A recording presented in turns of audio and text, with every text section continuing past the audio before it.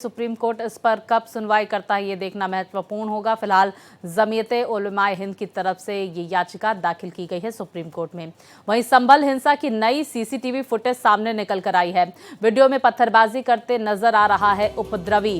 तो वहीं पठान और तुर्क के वर्चस्व की लड़ाई में हिंसा हुई, इस तरह के तर्क दिए जा रहे हैं। जांच में हुआ है वर्चस्व की लड़ाई का खुलासा। मामले में अब तक 7 FIR दर्ज कर दी गई है। 25 लोगों की गिरफ्तारी हुई है।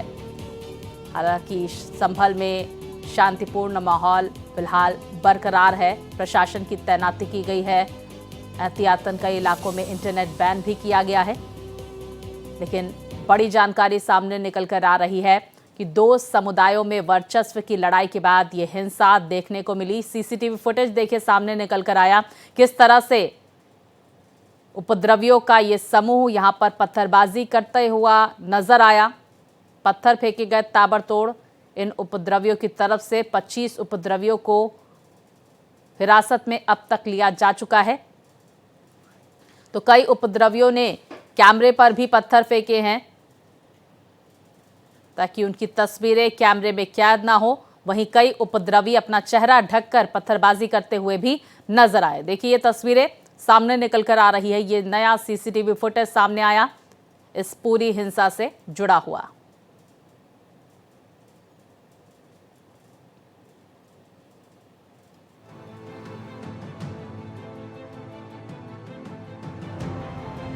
उत्तर प्रदेश के संभल जिले में स्थित जामा मस्जिद के सर्वे के दौरान हुई हिंसा को लेकर एक नया खुलासा हुआ है। जांच में सामने आया है कि हिंसा सुनियोजित थी और इसके पीछे तुर्क और पठान समुदाय के बीच वर्चस्व की खूनी लड़ाई थी, जिनमें सभी पठान विधायक इकबाल महमूद अंसारी के समर्थक थे। हिंसा के मुख्य कारणों में तुर्क बनाम पठान के मुद्दे को हवा दी गई और दोनों समुदायों के समर्थकों के बीच तनाव चरम पर पहुंच गया। वैसे योगी सरकार के मंत्री नितिन अग्रवाल ने संभल हिंसा को तुर्क और पठान के बीच वर्चस्व की लड़ाई बताया है।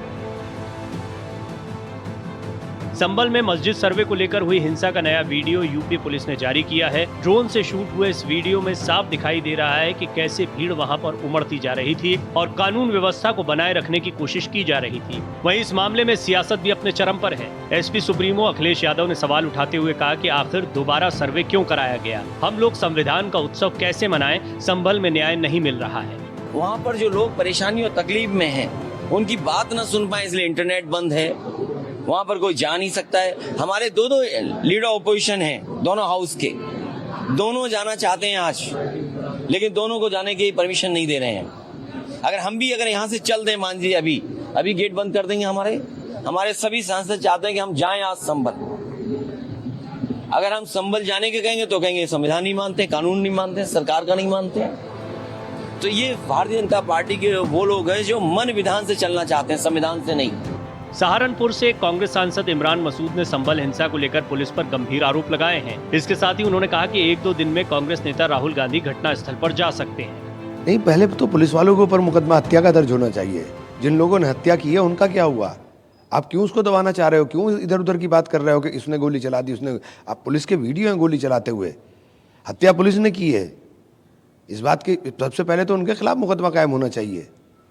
आप कह रहे हो भड़का दिया, और ये आदमी कौन थे जो वहाँ नारे लगा करके भड़काने के लिए आए थे? वहाँ हंगामा हुआ, वो कोई बहुत व्यवस्थित एरिया तो है नहीं। सारी गोलियां आप चला रहे, पुलिस चला रही है, और उसके बाद कह रहे हैं कि कट्टों से गोली चल रही। कहाँ चल रही कट्टों से गोली? हमें तो कोई भी सोशल मीडिया पे एक भी क्लिप नहीं दिखाई दी कहीं कट्टों से कोई आदमी गोली चलाता हुआ। मशहूर कथावाचक और धर्मगुरु देवकीनंदन ठाकुर का संभल हिंसा पर कहना है कि पहले ये जांच होनी चाहिए कि इतने पत्थर कहां से आते हैं। ये पत्थर प्लानिंग क्या है? पहले चोर की मां को पकड़ो, एक-एक के छत पर पत्थर रखें। संभल में कैसे, किसने किया ये सब? संभल में कोर्ट का आदेश का पालन करने के लिए अगर एक जांच एजेंसी जाएगी तो उसका आप अतिक्रमण करेंगे, उसके ऊपर आक्रमण करेंगे, उसके ऊपर आप पत्थर बरसाएंगे। पहली एक तो जांच ये होनी चाहिए इतने पत्थर आते कहां से हैं, ये पत्थरों की प्लानिंग क्या है? तो उन लोगों को पकड़ो, चोर को नहीं, चोर की माँ को पकड़ो। एक बात ध्यान से सुने, ये भारत हमारी मातृभूमि है, इसकी मिट्टी में हमारा जन्म हुआ, इस मिट्टी में मर जाएंगे। लेकिन बाहरी कानून जो बाहरी प्रदेश देशों से आए हैं वो इस देश में नहीं चलने देंगे।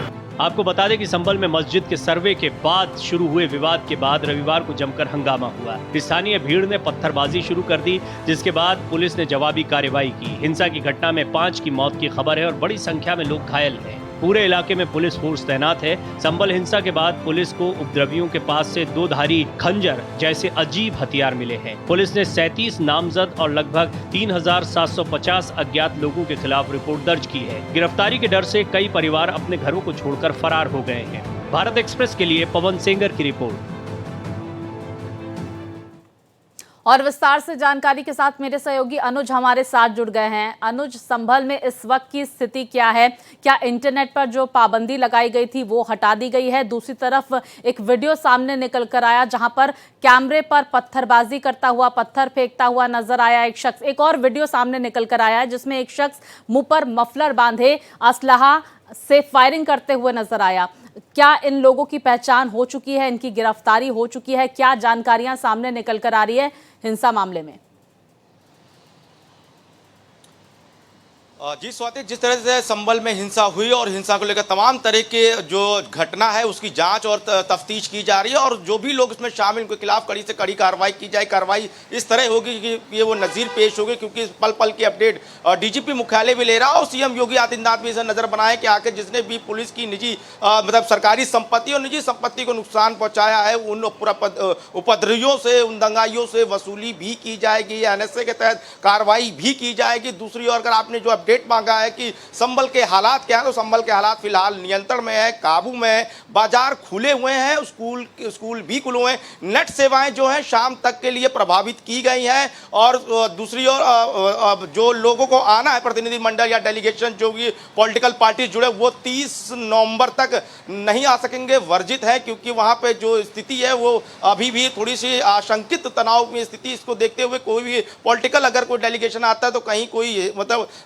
तनाव ना बन जाए, इसको देखते हुए एहतियातन तौर पर प्रशासन और पुलिस प्रशासन ने 30 नवंबर तक का प्रतिबंध लगा रखा। पर इसमें सबसे बड़ी खास बात है स्वाति की पुलिस हर एंगल पर तफ्तीश कर रही है, हर थ्योरी पर वर्क कर रही है। पर सबसे अगर जो सनसनीखेज केस खुलासे जो हुए हैं, जो कि अभी अपडेट जो बता रहा हूं कि एफआईआर में बेहद ही चौंकाने वाले खुलासे हुए हैं। एफआईआर में बताया गया है कि राजनीतिक लाभ लेने के लिए मुस्लिम नेताओं ने जानबूझकर संभल की जो घटना हुई वहां पे बवाल बढ़ाया, हिंसक जो भड़काऊ भाषण दिए गए, उकसाए गए, जिसमें आरोपी नंबर 1 सपा सांसद जियाउर रहमान बर्ग और वहां के जो विधायक उनके बेटे सोहेल इकबाल की सीधे एफआईआर में संलिप्तता पाई गई है। आरोपी नंबर 1 सांसद है तो आरोपी नंबर 2 जो विधायक के बेटे हैं, इन्होंने ही जानबूझकर हिंसा भड़काई। इन्होंने ही कहा कि सांसद मेरे साथ है, अपने मंसूबे जो है पूरा कर लो, क्योंकि जिस तरह से 19 नवंबर को पहले दिन वहां पे सर्वे हुआ और सर्वे के समय वीडियोग्राफी और वीडियो बनाया गया, फिर 24 नवंबर की सुबह जिस तरह से सर्वे